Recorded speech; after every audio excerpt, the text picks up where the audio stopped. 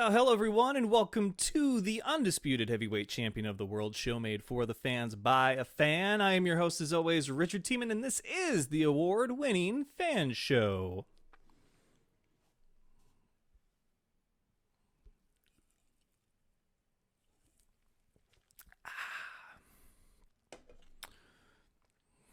Good to see ya, good to see ya. Do not adjust your televisions or your tuning station, however it is that you're receiving me right now. I don't know if there's anything that you really can adjust other than your Wi-Fi connection or your contrast or brightness levels. Whatever the case may be, you do not need to adjust them because what you are seeing is reality. I'm here. It's Monday, and we're doing a new episode of The Fan Show. Episode 458. 458. We keep doing them because I love doing them. And I hope that there's at least 3 or more people out there that like that I do them. So it's Monday. I was so excited about the interview that I did for this episode that I simply could not contain myself or wait until Tuesday. Tuesday is also the day that there's going to be some big announcements made for the league. So I wanted to make sure that I had my conversation with my special guest on the books and done for you guys to at least enjoy in the meantime. So I wanted to hit live Monday evening, beautiful day here in Sioux Falls, South Dakota. So hopefully that you are all doing well and you're in for a real treat. This is the one place where everyone is a fan of something, and we have something for every fan, especially if you're a fan of 90s cartoons and breakfast cereal. That's right. Before we get into too much discussion, let's of course do the one thing that we must at the beginning of each fan show, and that is present the headlines for the day.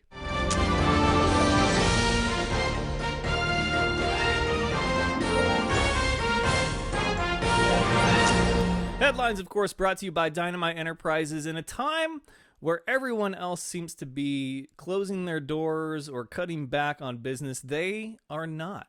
I assure you, they are busy, busy, busy. This is the perfect time to really reassess some things if you are an entrepreneur, a small business owner, or a large business owner, and you're wanting to really hit it hard when we get the green light to go and resume life as normal. So if you need stuff for marketing, promotional, advertising, or other, this is the time to plan ahead, to think 3 steps into the future. All right, it's March now, and things are a little weird, a lot of weird right now. But once we get to June, July, August, things are going to be crazy, if not sooner. So what do I need? Do I need shirts? Do I need merch? Do I need a backdrop, a tablecloth, trophies, plaques, maybe some slacks? I don't know. I was trying to rhyme and it didn't work. But Dynamite Enterprises can do it for you. They've done things for me like this backdrop you see behind me here. They can do polos. They can do shirts, pullovers, hoodies, hats, beanies, all that good stuff. So whatever you need, do it now while they're obviously still functioning business as usual. And then once things get back to normal, you're ready. You're ready for the rush. So hit up dynamiteenterprises.com. Check out their Instagram, Dynamite Enterprises, or if you know what you want, order it through Ethan at dynamiteenterprises.com. The North Idaho chapter of the 49er Faithful Club has gotten some hats, shirts, and hoodies made through Ethan, and they could not have been happier with the product. Of course, I referred them, Josh and Derek. I said, hey, this is my guy. Go get it done. He's going to make sure that it's done the way that you want it. And they were like, these are awesome. I haven't even gotten a hoodie or a shirt or a hat from them yet, and I'm a little disappointed. So anyway, don't be disappointed like me. Go and get your stuff ordered right now. The headlines today, of course, we're talking about the the big news, which is the bracket, which we had our lovely cereal tournament. So I know that some of you may or may not have liked the outcome or some of the cereal choices, but your winner, drum roll please, is Cinnamon Toast Crunch. The taste you can see. Now, I knew that this was going to make a deep run into a tournament, be it 64-32 or 16. We just did 16. And what really gets under my skin the most about this tournament is that people were upset that there wasn't French Toast Crunch or Captain Crunch Berries or Oops All Berries or Cocoa Puffs or vanilla strawberry frosted mini wheats or whatever other variation of the same damn cereal that there was. A vote for Captain Crunch was a vote for Captain Crunch Berries, for Oops All Berries, for Captain Crunch with Lucky Charms and marshmallows and whatever cross promotional stuff they've been doing. You get the gist. Okay, we went with the basics. The first, the original, the mold, in which was broken into 1,000 pieces and variations of the same damn cereal. Cinnamon Toast Crunch is your champion. It had a good deep run into the tournament. Frosted Flakes to the Final Four, Cocoa Puffs to the Final Four, and Captain Crunch to the Final Four. It ended up being Captain Crunch versus Cinnamon Toast Crunch. I want to thank all of you that voted. It was a lot of fun. And personally, I can't wait to do it again. We're going to do another tournament, though. What is your favorite 90s cartoon? We're talking kids cartoon. Adult cartoons need not apply. And it must have its first episode between 1989 and 1999 in order to qualify. Minimum of 3 seasons. There were some shows that were good, but they only lasted a season or 2. And I said, no, can't do it. Minimum 3 seasons. So we have expanded this tournament because there's just too much awesome to hold to 16. This will be 32 awesome 90s cartoons. Seeding them now. It'll be out later tonight, the bracket. You guys can turn those in, and then we are going to start the voting tomorrow. Holy crap, this is going to be a lot of fun. Congratulations to Matt Crum, to Corey Lee Jensen, and to Katie Vinning. Anyway, Matt Crum came in first place with his bracket prediction. He got 11 of 15 right, including the champion. Corey got 10 of 15 right, including the champion. And Katie 9 of 15 right, including the champion. If you got the champion right, chances are you got a lot of the bracket right. There were a lot of people that chose Cinnamon Toast Crunch as the champion, but they only got, that one right all the way through. And the rest was like, oh, Kicks. They're going to go on to the next round. No, they're not. I could have told you that Kicks and Pops probably were not going to last long. Raisin Bran over Wheaties, though, was really the one that threw me. Anyway, so I'm glad that you guys had fun with that. I know I had fun with that. It was the ultimate breakfast bracket, cereals that we grew up with. I thought some of the matches made a lot of sense in my mind as far as how I seeded this. It wasn't necessarily a 1 through 8 seed. It was you had, Frosted Flakes versus Frosted Mini Wheats, frosted cereals. You had Fruity Pebbles versus Fruit Loops, fruity cereal. You had Cocoa Pebbles or Cocoa Puffs versus Count Chocula, chocolate cereal. I tried to have a little bit of method to the madness, and for some people, they were just like, this seeding is ridiculous. We're going to try a little harder with the 90s nostalgia ultimate cartoon bracket. So be ready for that. Seeding is happening now. We're going to get it figured out and sorted. So again, thank you for those of you that participated. Personally, I thought it was a whole lot of fun. Now, the top story is coronavirus, for one, outside the world of sports. But today's actually, aside from free agency, which as you can see on the ticker, we've got several signings. Broncos signing Melvin Gordon. The Falcons got Todd Gurley.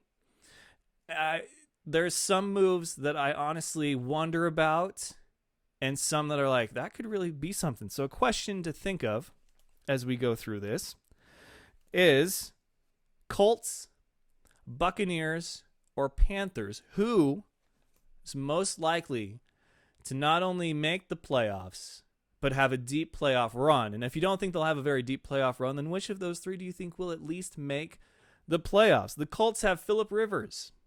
Is that their missing piece? The Buccaneers have Tom Brady. Is he their missing piece? And the Panthers will have a new head coach and Teddy Bridgewater. Will this be a new look Panthers team? Panthers have also signed PJ Walker of the Houston Roughnecks. This is what the XFL was designed to do, and I love that they were able to accomplish this one thing even with half a season under their belt. Absolutely love it. This is a sign of things to come. Mark my words. Very, very happy about that. So then, today, you guys can clearly talk about that. Patriots released Stephen Gostkowski. That was crazy. Kyle Allen's being traded to the Redskins. That I expected, but I also did not expect the Panthers to sign Teddy Bridgewater. So that one was, I don't know why the Redskins. That one doesn't make a whole lot of sense to me, but I did know that he was probably going to find another team to go and settle with. So today, it's a beautiful day outside, so we're going to talk about something outside, and that would be the Outdoor Classic. That's right. Spokane Shock hosted the Utah Blaze back in 2011, and it was the Outdoor Classic played at Joe Albee Stadium. As a Spokane native, trust me, I know this venue. I was not at this game, but I did hear a lot about it, and I thought this was the craziest idea I've ever heard of. Indoor football being played outdoor, but they pulled it off. They made it work.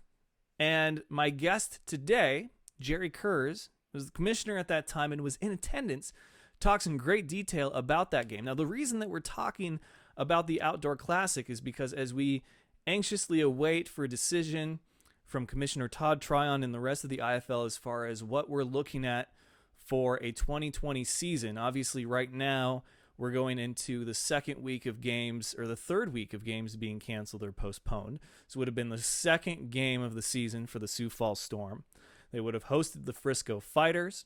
And so now you're trying to salvage what's left. How many games can you make up? Arenas, availability, dates, so on and so forth, pay or play, compensation, all that. If you started after this week, you could probably just have the remainder of that season and call it good. Call it a wash. We've had seasons before where not every team played the same amount of games. That would be nothing new. We want to at least have 5 home games for every team for ticket sales, revenue, and of course for sponsorship purposes. Now, it's been discussed though, what if venues aren't available? We're going to be going into August if we try to make up too many, and now we're starting to flirt with NFL season. Should they not postpone anything? NFL should. They should postpone accordingly to everything else. There's no sense to try to keep on schedule business as usual when you're already having to cancel or sort of redo how you do things, like the draft and NFL Pro Days and things like that. So they should postpone. But still, August, though, that's a late run into the season. But Jerry, in our conversation, does point out that that's when the old AFL days would finish their season. The championship would be late August. So it's not unheard of, again, just like this outdoor game. So the reason we're talking about indoor football is because it has been done. People are going to be clamoring for the opportunity to get outside after being inside in quarantine and isolation for so long that they're going to be looking for any excuse to get outdoor. Now, of course, with that is also a chance to go to any kind of gathering, see and be a part of any kind of entertainment. I'm sure concerts will be a huge hit, indoor or outdoor, and football would be a huge success, indoor or outdoor. But if you have the option, if you want to be able to not be restricted by your arena and their dates and availability, why not try indoor football? It's been done. We talk about the logistics of it, what it took to make this happen. It's a very fascinating story by Jerry, and we'll have that happen in a few minutes. If you remember the Outdoor Classic, would love to hear your thoughts on it if you were there or if you watched the game, what your initial thoughts were of this. If you thought it was a crazy idea, if you thought it worked, but, every once in a while maybe, or if you think there should be an Outdoor Classic every season. The NHL does their stadium series, but it's not the Indoor National Hockey League. It's just the National Hockey League. So there's nothing specific about being indoor. It's just typically played in arenas. But the stadium series that they do is hugely successful. They had mic'd up and wired stadium series for the NHL playing on NBC Sports the other day, and it was fantastic to watch this. So I'm very, very curious to see if this is an option that owners will explore when it comes down to getting the green light to proceed with the 2020 season and seeing what the availability looks like at the arena. We've got Matt chiming in here. He said, Blizzard at Lambeau, I would lose my mind. I mean, think about it. I don't know if Lambeau is an option because obviously Spokane, we have Joe Albee Stadium. But if you're thinking on that path, that mode of thinking, then it would have been Eastern Washington University because they have the next best facility. But I don't know if they had... No, they had the Inferno back in 2011 because they won the championship in 2010. So they would have had to put green and blue turf on a bright red field. But yeah, just Jerry explaining how they went about everything, including everything down to the goalposts and sponsors and stuff like that. Great conversation. You're not going to want to miss it.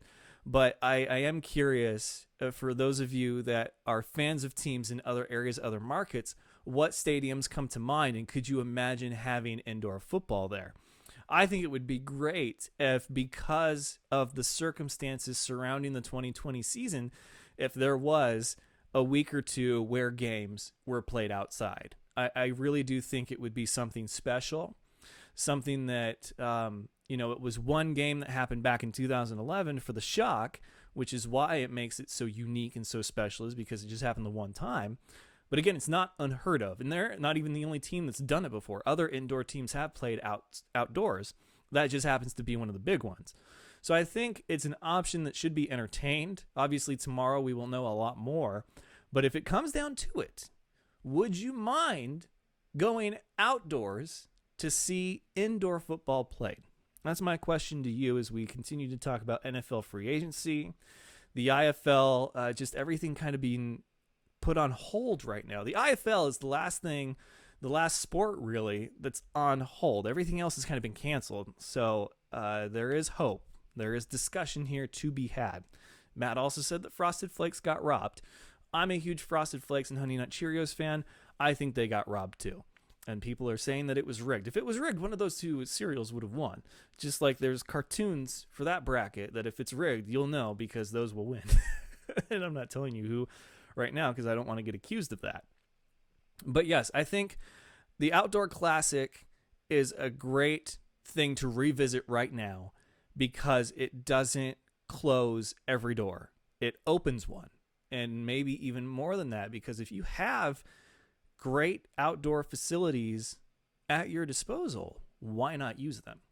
So that's my whole thing. That was the reason for our conversation today. Jerry was a fantastic interview subject. We covered a lot of ground, and he also shares his thoughts on, he's been the man at the head of the table before, like Todd Tryon, what probably is going through his mind right now. So I think you guys are really going to want to hear this. And again, my question to you is, would you mind watching indoor football played outdoors? So you guys can comment on what's going across the ticker down there. Shout out to Marshall Hart. Happy birthday to him. He's a good friend of mine. He's in Spokane. So there's a lot of Spokane stuff happening right now. It seems to be the theme of the week. But Jerry is actually back in Chicago with his wife. Got out before things got really crazy in Washington, but obviously he's hoping to be back to Spokane soon for the start of the Spokane Shock regular season. They were actually supposed to play yesterday against Bismarck. I may have been in attendance at that game had circumstances been different. So it's just all around kind of a downer thing right now, and I think the best thing that we can do is just look at the situation right now as optimistically as possible. And so for me, what that really means is, thinking outside the box, looking at these different options that we have and going, wow, if the arena is not available, what do you do? Well, why not take the indoor game outdoors? Food for thought. I think that's really something. Also, the Saints have signed Emmanuel Sanders. Really wanted to keep him again. I don't know. I mean, I wish him nothing but the best. I think Emmanuel is a great, great talent. And now the Saints look even more dangerous than ever. So 49ers have been very quiet this free agency, other than the trading of DeForest Buckner to the Colts and then the re-signing of Eric Armstead. Dion Lewis has found a new home. And still crazy that Patriots have released Steven Gostkowski. Kyle Allen to the Redskins, and the Broncos have signed Melvin Gordon, who apparently didn't care about money. He wanted to play any team that was going to play the Chargers twice in a season. That sounds like bitter Brett Favre, who wanted to play any team that was going to play the Packers, and that was when he signed with the Jets. Did they play the Packers that year? But then he ended up on the Vikings, and it was like, oh boy. There's things that you just shouldn't do in the world of sports. Unwritten rules, if you will. But hey, it is what it is. We let bygones be bygones. I think Melvin Gordon will have a great season with the Broncos. I'm curious what they're going to do at the quarterback position. So 90s nostalgia, ultimate cartoon bracket tomorrow. And then we will have another episode this week probably to update you with more information and breaking news from the AFL as we continue to wait the verdict on the 2020 season. Will it happen? Will it not? What are we looking at as far as a shortened season? How many home games? How many away games? Is going to be really tough. There's been a few different things that have been talked about as far as handling the different markets, because not everyone is in an equal situation right now. Obviously, teams in California are really struggling because California is a hot spot. Spokane in Washington is going to have a harder time because Washington's a hot spot for this virus. So we're just hoping that everybody can participate, that everyone can be a part of this great season. So I know that there's plan A, B, C, D, E, F, G, H, I, J, K, L, M, N, O, and P right now for the IFL. But until there's an official announcement made for anything, wanted to entertain the idea of how we go about this with some alternative solutions to a couple of common problems. And that was my conversation with Jerry Kurz. Matt says he was traded to the Jets. Oh, that's right. It's been so long ago. I couldn't remember if that was how that worked. Oh, Brett. Oh, Brett Favre. That was still one of the craziest off seasons, but not quite as crazy as this free agency and off season has been. So, without further ado or any more delay, I give you my special guest on episode 458, member of the Spokane Shock now, Mr. Jerry Kurz. Enjoy.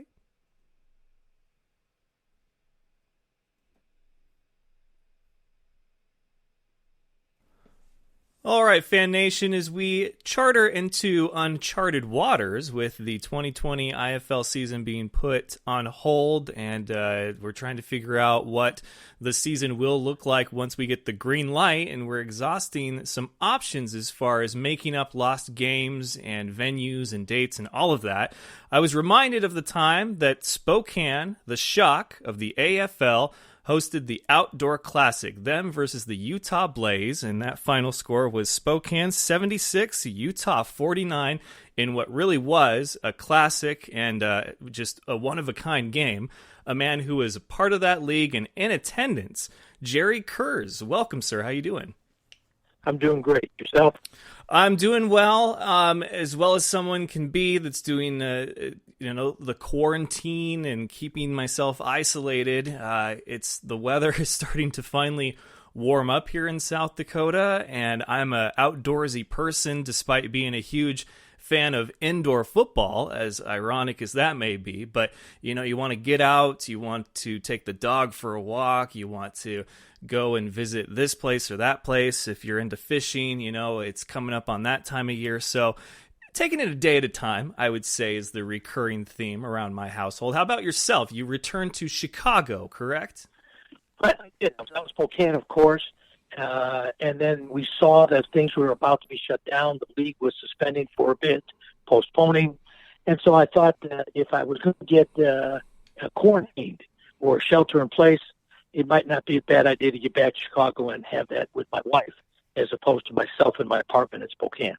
Absolutely. Good call by you. If you can be with family, loved ones, even friends, do that. It makes the time pass that much easier, as hard as it can be to pass by. But, we're anxiously awaiting the green light for things to get back to normal. And of course, we got a taste, very much just an appetizer of indoor football when we had Quad City visit Cedar Rapids and then San Diego take on Bismarck. And then it was a giant pause button got hit. And now we're waiting. And of course, the big question is, how many games will we play this season? Where's the cutoff, venues, availability, dates, so on and so forth.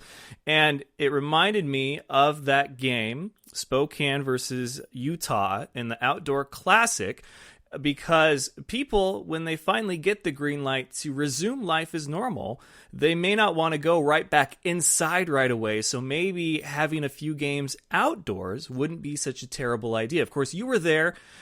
First question is, how did this thing come about? Like, what does it take to play outdoors indoor football? It took a lot of planning.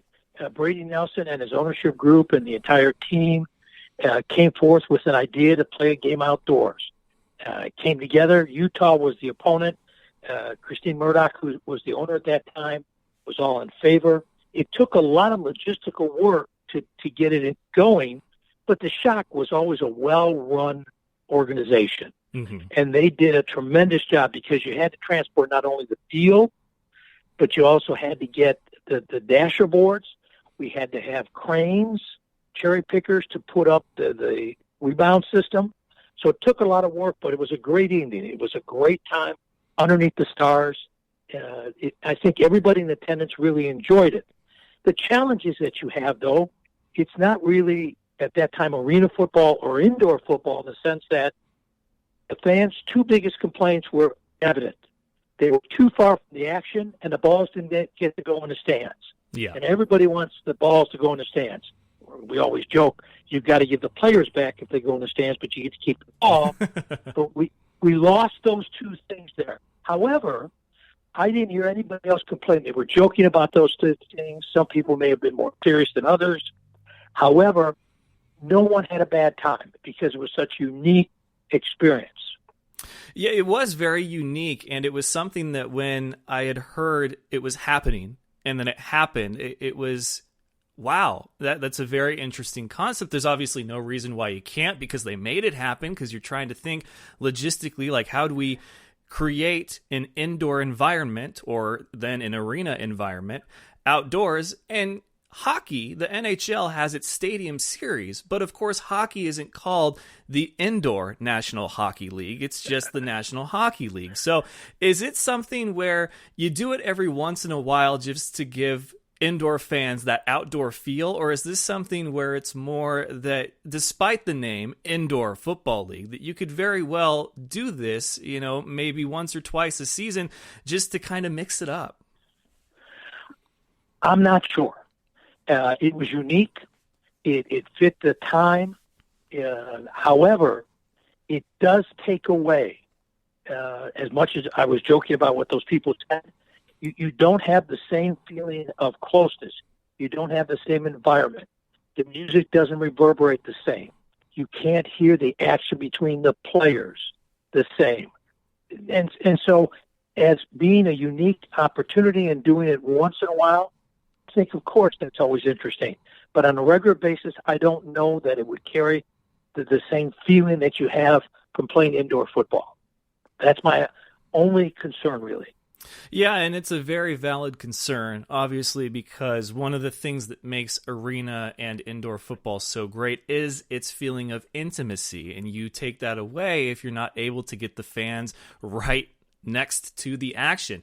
So you think about, okay, you had that one happen. Things went great, some things not so great. So if you did it again, you'd know what needed to be improved. Where can you make adjustments? Where can't you? What can you fix? And what has to be pretty much just left to, well, it's pretty much the environment and the circumstances that we're given. So you look at the field, you look at venues and their structure. Is there any reason that you couldn't put bleachers down on the field next to whatever was holding up the dasher boards to give more of that closeness feel? Or was that not something that really came up until after the fact? I think you could do that, but it depends on the venue that you're going to play in. Will they allow you to do that? Or do you then have to plywood the whole area underneath where you would put the bleachers? Does it increase the cost to a point that it's no longer economically feasible? But you came up with exactly what was thought about that, and in response to people saying they were too far away, without going to tremendous expense to bring bleacher seats down around the arena, they used the existing setup that was in the outdoor stadium. Could it be changed? Yes. They do it in concerts. They put seats and even bleachers sometimes on the court of a basketball arena or a hockey arena. So, sure, it could be done, but I think it also may come up as an option if there's some buildings that are not available even when we get to come out of our homes and we don't have to social distance as much. Do you go outside because you can then have more room to operate than some of the indoor arenas? So it surely is something to look at. Now, is this something that had to be planned before the season even started? Like you're going through your schedule and they're like, okay, when we host Utah, crazy idea, but follow us on this. We want to do this outdoors. Or like how much advance did you have in the decision-making process for that game? We had a good amount. They knew that there were some challenges in building at that time, and they wanted to do something new, unique, and different. So when Brady and his group came to the league, we had a long period of time to look at it, think of the options, him to present plans about how it was going to come off, what were contingency plans if the weather was bad, because that's an advantage we have. Weather doesn't affect us. Yeah.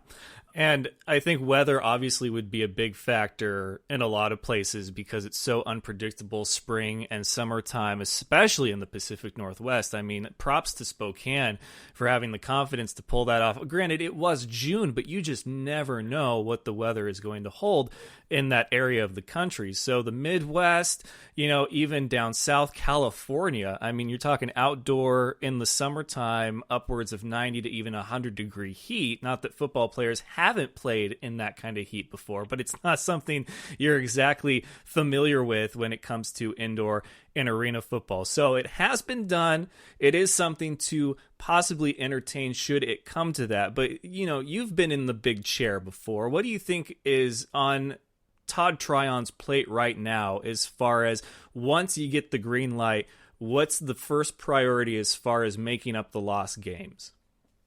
I think the commissioner's doing a tremendous job. He's in his first year, but the advantage that he has is that he was a player, a coach, an owner, and now a commissioner.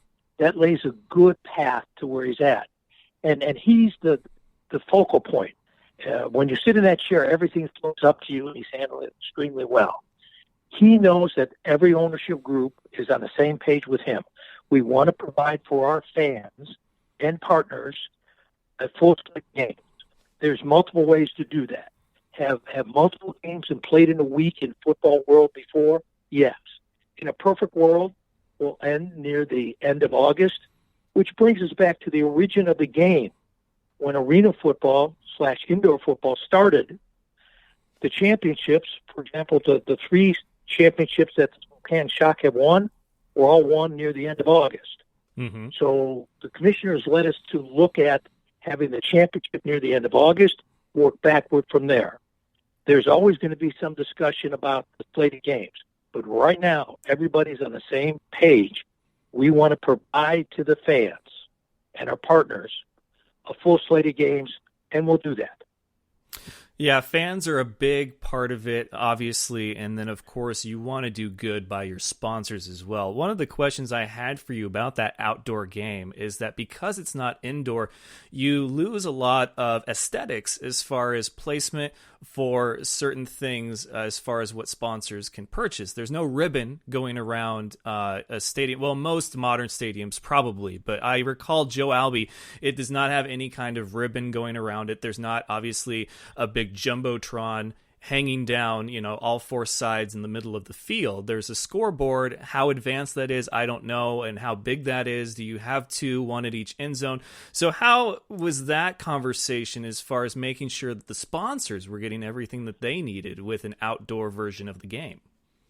Well, that's what really helped us in the fact that we were always creative. When Jim Foster invented the game originally, we had to be thinking outside the box. So in doing something as it was done for that game, you had to think outside the box and think of other ways that you could deliver something to your partners, whether it was other banners, whether it was banners that went into the stands, and go with them and have them work with us because it was so unique. Now we had cherry pickers, so things could be adorned on the cranes. We had other signage that we could use around the field. We did more PA drops. But you're right, we lost some things, but because of the unique nature of it, the corporate partners went along with it because they wanted to be part of something that had never been done before as well. Yeah, and that's big on them to be supportive of an idea like that, because the last thing that you want to do is present an idea that deep down is a winner. But now it's like, will everyone else think that it's a winner, especially the people that are going to help make it happen? And so as long as your sponsors are on board, your community and your fan base is supportive of it, that's really all that you can ask. The rest is kind of, now it just needs to happen.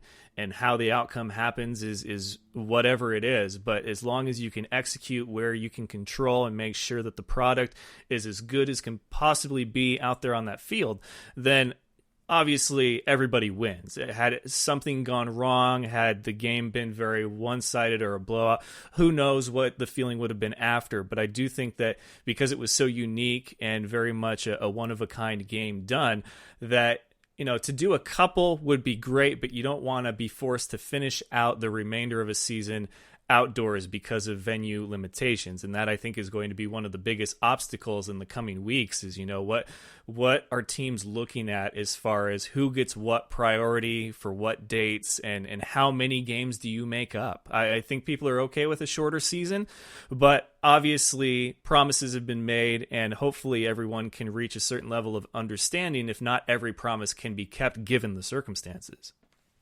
Oh, no, exactly. But the commissioner has done an excellent job of gathering dates in July and August from every team, and he's led us to understand that when we're able to pick up the season again, we'll start at that point of the season, make up those other games. As I said a moment ago, it's not ideal, but the NFL does it. Other leagues do it. They'll play multiple games within a 7-day period. So we want to do everything we can under the commissioner's leadership and in conjunction with all of the great owners we have across the league to provide a full slate of games, everything we promised to our fans and partners. We're doing everything we can to deliver that in conjunction with being safe. Absolutely. Safety first, and we want to have this thing run its course as quickly as humanly possible and make sure that it doesn't get out of hand and more things have to be canceled and postponed. And so for right now, the IFL is on hold until further notice and things change and happen with that. And we kind of wait hour to hour to see what's going to happen. On a lighter note, though, you've been around for a while with the indoor and arena football game. You know Spokane, you know the fan base, the community, and the Shock. Now you're a part of them. How excited should that fan base be that the Spokane team and the Shock name are back? Tremendously so. And that's been the reaction that I've got from everybody I've run across.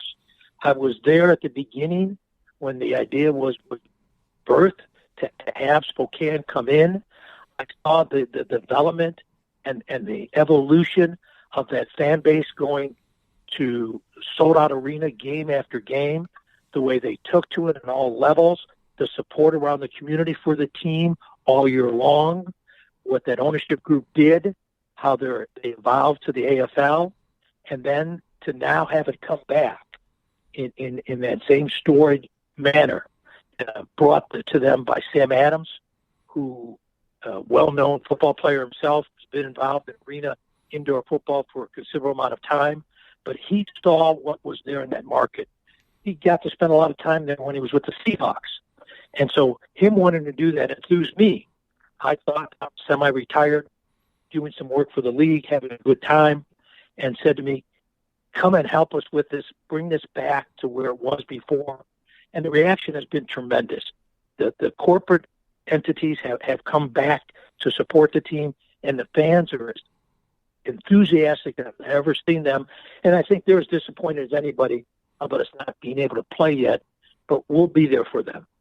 Absolutely. It is onward and upward, hopefully, for the league and its teams in it. We don't want to see any teams have to fold or cut their season before they even get started. So we're hoping for the best possible outcome with this as we continue to monitor the situation going on with one of the only leagues that's on hold right now and has not canceled. So, Mr. Kurz, I thank you so much for your time. It's been very insightful and a pleasure to talk to you today. Appreciate what you do for the league. Thank you so much. Sport. Yes, thank you so much. He is Jerry Kurz, member of the Spokane Shock, but he's been around arena and indoor football for a very long time. Always a pleasure to talk to you. You take care of yourself there in Chicago. Appreciate it. You too, my friend. Thank you.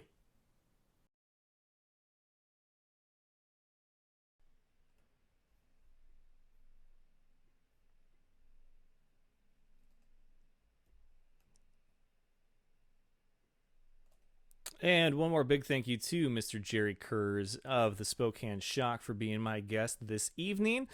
Like I said, I thought it was a very informative episode and conversation as far as alternatives that the league should be looking into should they have any sort of conflicts with venues and or arenas. So thanks again to him. Thank all of you for listening and tuning in. I do hope to see you back for another new episode later on this week, subject to be determined. Date and time, of course, kind of up in the air right now, but it's been a great chance to kind of break away from all the negative and look at some positive, look at a few things through a different scope, and of course reminisce, nostalgia.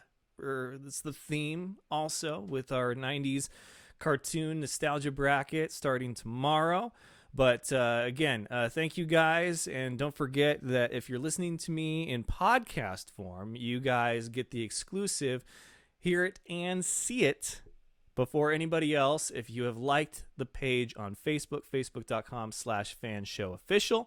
And then, of course, if you can't, which is unfortunate, but we understand, so you can get this in podcast form and get it right when it publishes if you subscribe. iTunes, SoundCloud, Spotify, and iHeartRadio. We record on Spreaker.com as well. So download, subscribe, all that good stuff. If you like us on iTunes, give us a review. We'd love to see 5 stars for the Fan Show, Spokane's third best podcast. Now coming to you from Sioux Falls, South Dakota. So remember, it's not official unless it's Fan Show official, and we are officially out of here. So best of luck to you and yours. Stay safe out there. Go Niners, and remember, of course, it's all fun and games until you butt fumble. Good night, folks.